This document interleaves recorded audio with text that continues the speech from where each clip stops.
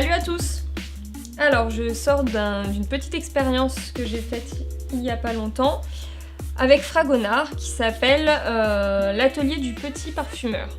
Donc c'est une expérience pour créer son eau de Cologne et c'était en plus avec une visite guidée à la fin du musée, etc.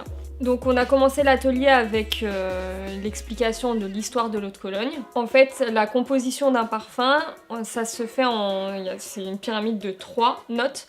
Il y a les notes de tête, les notes de cœur et les notes de fond. Les notes de tête vont être celles qui vont s'évaporer assez rapidement. Et en fait, l'eau de Cologne n'est composée que de notes de tête. Le soir, on sentira plus l'odeur de l'eau de Cologne. Et l'eau de toilette, ça dure un peu plus longtemps. Mais le parfum, je sais que ça dure 24 heures.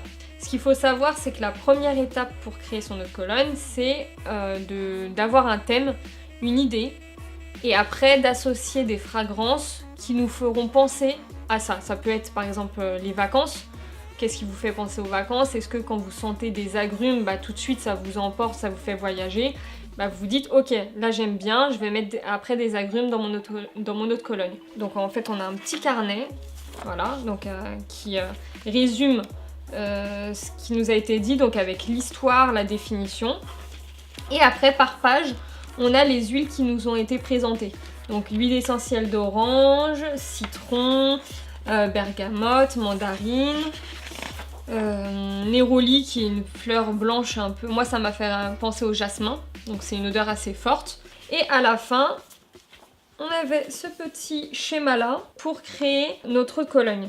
Mon idée c'était d'appeler mon parfum citadine, donc quelque chose de très féminin, boisé, pas forcément doux.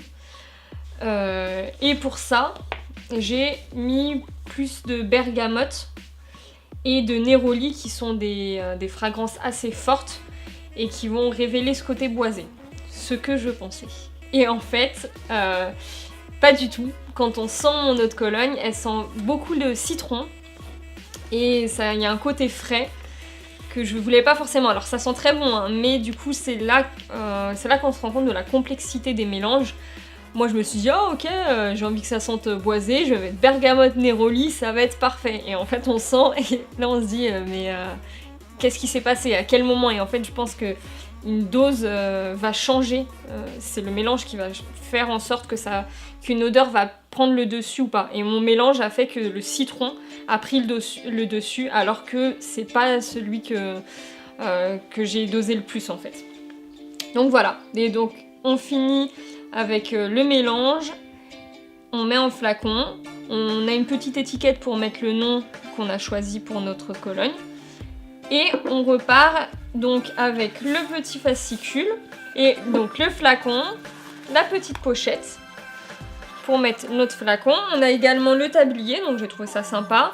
Et on a le diplôme quand même, le petit diplôme d'apprenti parfumeur. On enchaîne ensuite avec la visite guidée du musée, donc j'ai trouvé que c'était hyper intéressant. On voit une estrade. Et on nous dit qu'en fait, dans le 19e siècle, c'était un théâtre. Donc il restait les planches du théâtre. Ensuite, ça a été un vélodrome féminin, parce que les femmes, quand elles tombaient en vélo, on voyait les jambes. Il fallait pas qu'on voie les jambes, donc du coup c'était en intérieur. Après, ça a été un magasin de meubles, pour au final être repris par Fragonard en 2014 et en faire un musée avec 2 parties. Donc la partie atelier, musée et boutique. Là c'est une eau de toilette et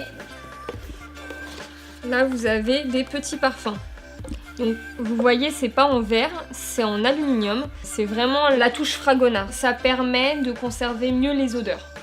Ce qu'ils nous disent qu'en général un parfum dure entre 1 à 2 ans. J'y crois pas trop parce que moi j'ai des parfums, ça fait 10 ans que je les ai, ils ont toujours la même odeur, mais c'est vrai qu'il y en a qui tournent plus rapidement que d'autres. Et le fait que ce soit l'aluminium conserve mieux. Donc après je verrai, hein, peut-être que celui-ci je vais le garder 20 ans contre un parfum que je vais garder 10 ans. Je vous dirai ça dans 20 ans, on sait pas. Un parfum, donc comme je vous disais tout à l'heure, dure 24 heures. L'odeur change en fonction de comment vous le portez. si vous le portez directement sur la peau ou si vous le portez sur les vêtements. Vous avez 3 ennemis du parfum, c'est le soleil, la chaleur et l'humidité. Je dis le soleil parce que c'est par rapport à la lumière. Pour ceux qui qui appliquent leur parfum directement sur la peau, donc il faut mettre au niveau des poignets, derrière les oreilles, les coudes, pour les femmes derrière les genoux pour que ça fasse un sillage. On risque de vous retrouver comme ça, c'est pratique. Et quand vous l'appliquez, je sais pas s'il y en a d'entre vous qui le font, mais du coup c'est bon à savoir, il ne faut pas frotter. Il faut tamponner parce que si vous frottez, ça chauffe et du coup l'odeur elle change. Donc à ne pas faire, il faut juste tamponner et c'est bon. Pour ceux qui sont comme moi, qui le font sur les vêtements, alors moi j'ai l'habitude de faire un spray et de passer au travers. Vous pouvez faire ça, mais en fait j'ai appris que quand vous faites ça, il y a on va dire 90% du parfum qui se retrouve au sol. Donc en fait, pour les vêtements, il faut tourner le spray vers le plafond, appuyer, et en fait ça va retomber sur les cheveux et les vêtements. Donc c'est une astuce à savoir parce que sinon j'allais continuer de traverser le parfum toute ma vie, moi. On va faire un petit test. Ouais. Donc l'autre Cologne que j'ai faite, vous allez essayer de me dire pas forcément ce qu'il y a dedans, mais à quoi ça vous fait penser. Moi ça me fait penser à l'été. Ouais, à la crème solaire. Bah c'est frais, ouais. C'est frais. Ce que je voulais pas. Donc c'est marrant. Après, c'est la première senteur. Quand tu sens beaucoup, t'as un côté épicé, du coup. Et du coup, qui fait penser un peu pas au pain d'épices, mais... Ah non. Moi, je trouve que ça c'est hyper citronné en fait. C'est hyper agrumé. Bah, vous avez trouvé, il y a de l'huile essentielle de citron. Il y a de la verveine, non? Non. La bergamote. Tout à fait. La bergamote. La bergamote citron, c'est super comme mélange. Ça fait un peu le thé aussi, tu sais. Ça fait un peu une odeur de thé. Oui. Mais tu vois, c'est pour ça que je disais, tu vois, un peu épicé, parce que justement, avec du Earl Grey, et dans le Earl Grey, tu vois, c'est un peu épicé. Parce qu'il n'y a pas de la verveine, mais j'ai mis une autre plante. Une autre plante utilisée pour la cuisine aussi. La ciboulette. Je présente ton parfum à la ciboulette. Non, ça sera, tu te rapproches. Du romarin. Tout à fait.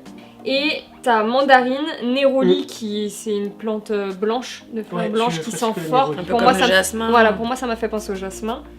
Petit grain, verveine, romarin et lavande. Tous les ingrédients, tu les sens séparés. C'est ça.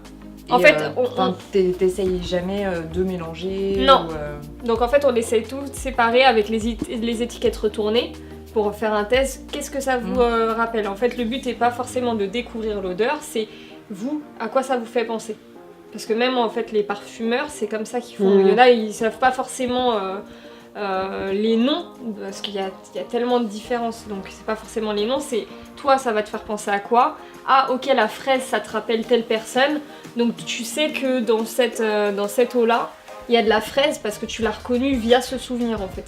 Je connaissais pas forcément Fragonard, je le connaissais que de nom, et c'était vraiment une bonne découverte.